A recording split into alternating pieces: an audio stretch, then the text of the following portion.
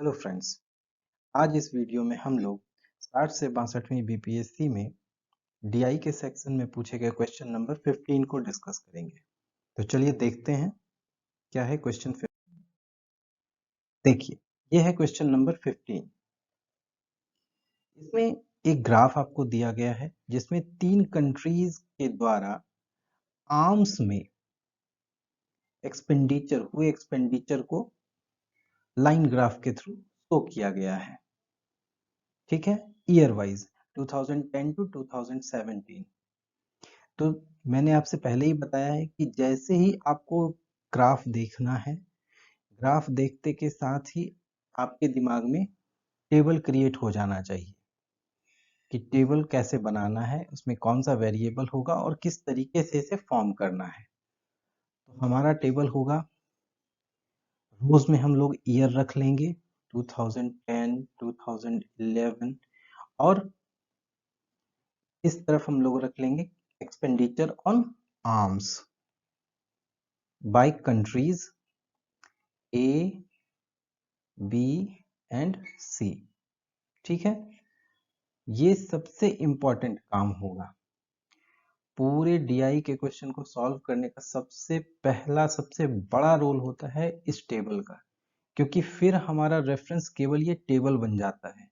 इसे हम लोगों को बार बार फिर देखने की जरूरत नहीं होती है, इसलिए इसे प्रिसीजन के साथ फिल करना बहुत ही जरूरी है। इस टेबल में गलती नहीं होनी चाहिए बिल्कुल भी, क्योंकि यहाँ अगर एक भी डेटा मिस हुआ या गलत हुआ तो वो आपके आंसर्स को चेंज कर देगा। इसलिए यहाँ बहुत ही सावधानी के साथ डेटा को देख देख कर फिल करना है। तो ये काम आपका है। वीडियो को छोटा बनाए रखने के लिए हमने इसे ऑलरेडी फिल कर लिया, ये देखिए। ठीक है, तो ये हमारे पास इस ग्राफ का रिप्रेजेंटेशन है, टेबुलर रिप्रेजेंटेशन। ये एक्सपेंडिचर दिया हुआ है इन थाउजेंड्स मिलियन रुपीज में। ठीक है, तो ये देखिए 0.75 थाउजेंड मिलियन रुपी, 0.75 थाउजेंड मिलियन रुपी। तो इसे इसके इजी कैलकुलेशन के लिए हम लोग सबसे पहले क्या करते हैं, इसे मिलियन रुपीज में कन्वर्ट कर देते हैं। कैसे?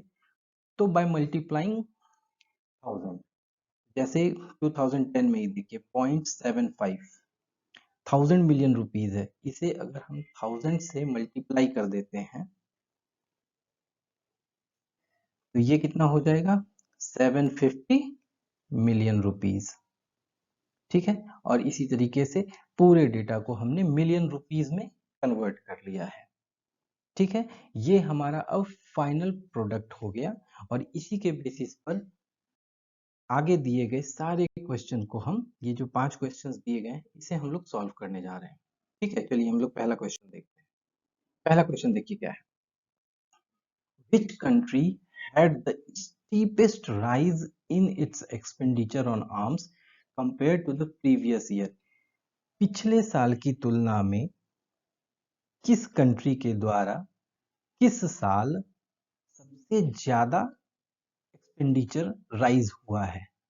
ठीक है, तो इसे परसेंटेज में निकालना सबसे ज्यादा इजी है और तुलना भी किया जा सकता है। फिर तो वैसे तो देखिए, सबसे पहले यहाँ पे भी आप ग्राफ में देख सकते हैं, यहाँ राइज है, यहाँ तो डिक्लाइन है, फिर यहाँ राइज है। ये कंट्री सी के केस में, सिमिलरली ए के केस में, बी के केस में देखते के साथ समझ आ रहा है, तो इसे मैंने मार्क कर दिया है कि इन ईयर्स में राइज हुआ है। 2011 से 12 में राइज हुआ है, तो ये 12 के लिए ये 11 बेस ईयर हो गया। यहाँ पे 2011 के लिए ये 1000 बेस ईयर हो गया, क्योंकि यहाँ से ये इंक्रीज हुआ है। सिमिलरली फिर उसके बाद इंक्रीज होता चला गया है, फिर यहाँ डिक्रीज हुआ है, तो इसे मैंने मार्क नहीं किया है। सिमिलरली यहाँ देखिए, यहाँ से इंक्रीज हुआ है, ये एक बेस ईयर है, यहाँ से इंक्रीज, ये दोनों साल हुआ है, फिर ये बेस ईयर बना और ये दोनों इंक्रीज हुआ है। ठीक है, तो मैं एक का निकालता हूँ, उसके बाद आप सबका निकाल लेंगे। जैसे कंट्री ए के लिए मैं निकाल कर आपको दिखाता हूँ। इन 2012 कैसे निकलेगा, राइज क्या रहा है? तो देखिए 1500 फिलहाल है एक्सपेंडिचर इस साल 2012 में। 2011 जो मैं बेस ईयर कह रहा हूँ, उस साल था 750, तो इसे माइनस कर देते हैं। अपॉन स्टीपेस्ट राइज किसकी तुलना में, प्रीवियस ईयर की तुलना में। तो प्रीवियस ईयर कितना था expenditure 750, that is equal to 750 upon 750, that is equal to 1 into 100। ये परसेंटेज में अगर निकाल रहे हैं हम तो ये 100 है, तो दैट इज इक्वल टू 100%। ये 100% जो है ये राइज है, ठीक है। तो यहाँ हम लोग इस तरीके से शो कर देते हैं कि इस साल जो है एक्सपेंडिचर पिछले साल की तुलना में 100% से बढ़ा है, ठीक है। तो सिमिलरली आपको अब हर केस में निकालना है। तो ये देखिए सॉल्यूशन मैंने कर लिया है। देखिए इस साल 100% बढ़ा, फिर नेक्स्ट ईयर 1500 से जब 1750 हुआ तो ये 16.66% से इंक्रीज हुआ। तो अब इस टेबल को देखने के साथ ही आंसर हम लोग आराम से दे सकते हैं कि किस साल स्टीपेस्ट राइज रहा, 2012 में बाय कंट्री ए द्वारा। तो ये आपका आंसर है। और ये टेबल जैसे ही आप फॉर्म कर लेते हैं फिर किसी भी तरह के क्वेश्चन का आंसर देना इजी हो जाता है। सपोज पूछ दे कि किस साल जो राइज रहा वो लोएस्ट रहा है, लोएस्ट सबसे सबसे कम देखिए कहाँ रहा है, ये है आपका 10%। आंसर फिर उसके केस में ये बन जाएगा, ठीक है। ये टेबल बनाना ही मेन है। चलिए नेक्स्ट देखते हैं question B. What was the percentage increase in expenditure on arms of country A in 2007 compared to 2012? देखिए 2017 में कंट्री ए में 2017 में कितना है, टेबल में आप देख रहे हैं 3000 मिलियन रुपी एक्सपेंडिचर है, और 2012 में कितना था 1500 मिलियन। सो परसेंटेज इंक्रीज कैसे निकलेगा, 3000 माइनस 1500 अपॉन 1500 इंटू 100। अगर इसे सॉल्व करते हैं तो ये 100%, ठीक है। यही आपका है आंसर। परसेंटेज इंक्रीज कितना रहा 100%। चलिए नेक्स्ट क्वेश्चन देखते हैं, question C. The amount spent by country B in 2017, देखिए कंट्री बी इन ईयर 2017 कितना रहा एक्सपेंडिचर बताइए, 3125 million rupees is what percentage of amount spent by it in 2011। और इसी के द्वारा जो है 2011 में कितना रहा है 1125 मिलियन रुपी। तो ये कह रहा है कि ये जो अमाउंट है ये इसका कितना परसेंट है, तो कैसे निकलेगा 1125 का x percentage is equal to 3125। x is equal to जैसे ही आप इसे सॉल्व करेंगे ये आ जाएगा 277.78%। ये है आपका आंसर, ध्यान से समझना है। ये है is what percentage of amount of 2011। तो ये अमाउंट जो है 2011 का 277.78% है, ठीक है। लेकिन अगर कहा जाए कि कितने परसेंट का इंक्रीज रहा तो इसमें से 100% माइनस हो जाएगा, तो टोटल इंक्रीमेंट हो जाएगा 177.78%, ठीक है।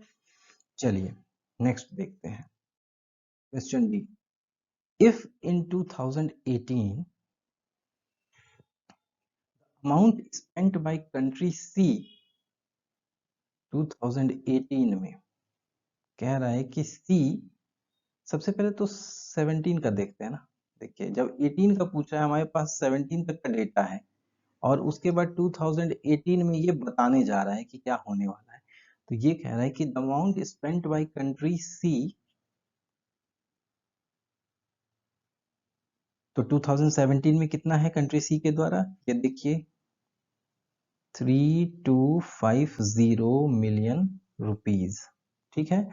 ये कह रहा है कि 2018 में विल बी 30% मोर, 30% का ग्रोथ होगा, इसमें बढ़ेगा। ये कैसे निकलेगा?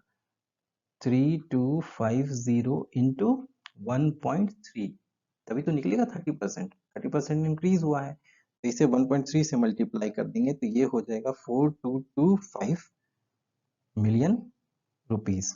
ठीक है, चलिए आगे कह रहा है and the amount spent by country A in 2018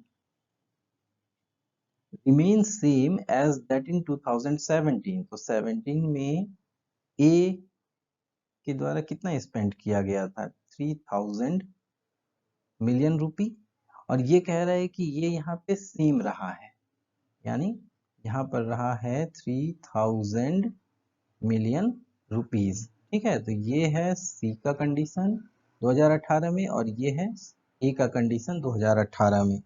तो अब आपसे पूछा जा रहा है कि what will be the difference between the amounts spent by country C and country A। जाहिर सी बात है, आपको यहाँ क्या करना है? माइनस कर देना है। तो 4225 मिलियन रुपीज में से अगर 3000 माइनस कर दिया जाए तो ये कितना बचेगा?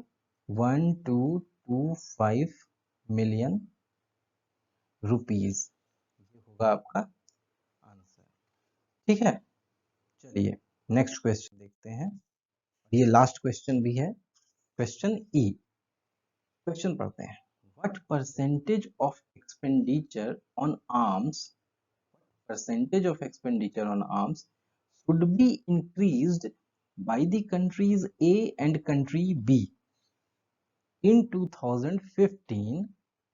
15 में कंट्री ए के द्वारा और कंट्री बी के द्वारा अपने एक्सपेंडिचर को कितना बढ़ा दिया जाए ताकि कंट्री ए बी सी का एक्सपेंडिचर बराबर हो जाए 2015 में। तो आप सी को देख सकते हैं, सी ज्यादा है, 4000 मिलियन रुपी इसका एक्सपेंडिचर है। तो कंट्री ए को कितने से बढ़ाया जाए कि ये 4000 हो जाए, और कंट्री बी को कितने से बढ़ाया जाए कि ये 4000 हो जाए। तो फॉर कंट्री ए देख लेते हैं, अभी वर्तमान में है 3250 मिलियन रुपी, और इसे हमें बनाना है, कहां तक लेके जाना है? 4000 मिलियन रुपी तक। बताइए कितने का इंक्रीमेंट होना चाहिए? 4000 माइनस 3250, जैसे ही माइनस करेंगे तो ये कितना हो जाएगा? 750 मिलियन रुपी। ठीक है ना? तो अब बताइए कि ये कितने परसेंट से इंक्रीज होने की जरूरत है? सो परसेंटेज इंक्रीज कितना होना चाहिए? 750 upon 3250 into 100, that is equal to 23.077%। ये हो गया आपका पहला आंसर। ठीक है, चलिए अब फॉर कंट्री बी के लिए देखते हैं। कलर चेंज, ये देखिए फॉर कंट्री बी के लिए अब हम चेक करते हैं कि अभी फिलहाल है 3500 मिलियन रुपी। ठीक है, और इसे कह रहा है कि मुझे बनाना क्या, कितना तक ले जाना है? 4000 मिलियन रुपी तक मुझे लेकर जाना है, तभी तो तीनों ए बी और सी का एक्सपेंडिचर बिल्कुल सेम हो जाएगा 2015 में। ये कितने का गैप है? बिल्कुल यहाँ पे आप माइनस करके बता सकते हैं, ये गैप है बिल्कुल 500 मिलियन रुपी का। सो रिक्वायर्ड परसेंटेज इंक्रीज कितना हो जाएगा? 500 upon 3500 into 100, that is equal to 14.29%। ये हो गया आपका आंसर।